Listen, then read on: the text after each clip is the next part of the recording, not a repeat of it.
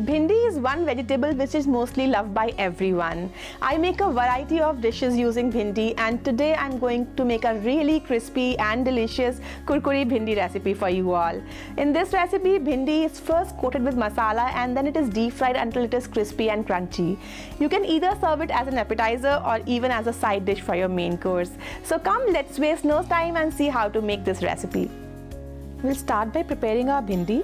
I have washed the bhindi very well, wiped it clean with a kitchen towel, and then I have cut them into thin long pieces.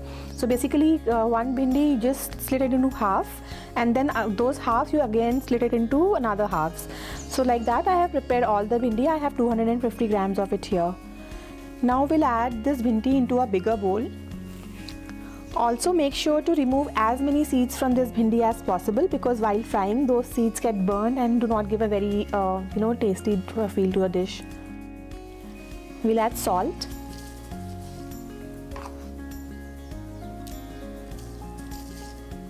red chili powder,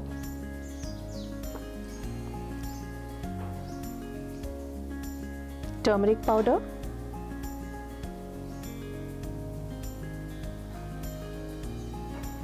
garam masala powder, roasted cumin powder, and some chaat masala.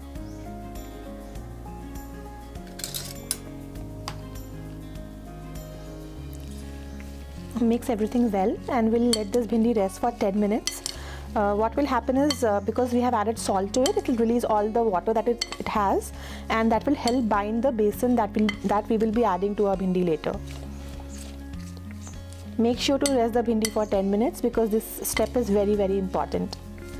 Bhindi has released some water now and the masala has kind of stuck to it, and now we'll add besan.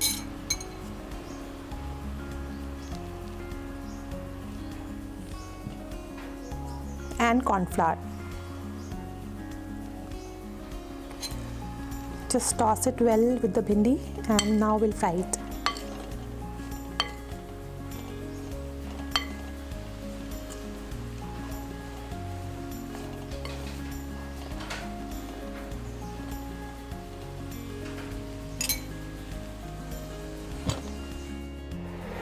I've heated some oil here, and now we'll fry our bhindi in this oil, but make sure to fry it in batches. If you'll put all the bhindi together, it will start to release steam and it will not get crispy. So for this amount of bhindi, we'll try to fry in 3 batches. So the oil is not too hot, but you want it fairly hot enough. Now increase the heat and you want to fry your bhindi on a very high heat.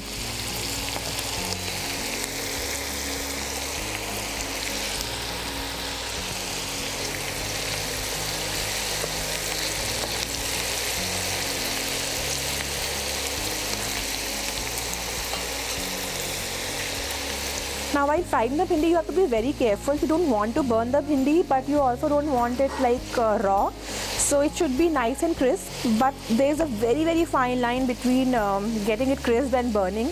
So you have to keep an eye on it throughout and keep stirring it while you are frying.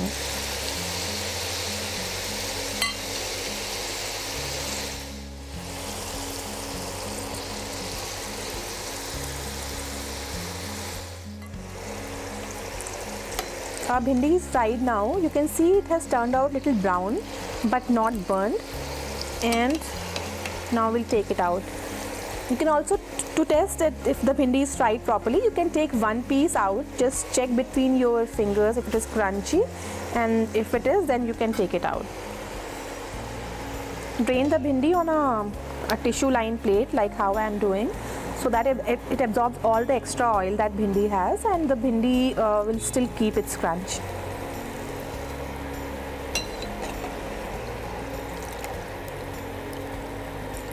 Now fry the remaining bhindi similarly in another 2 batches, and yes, that's it.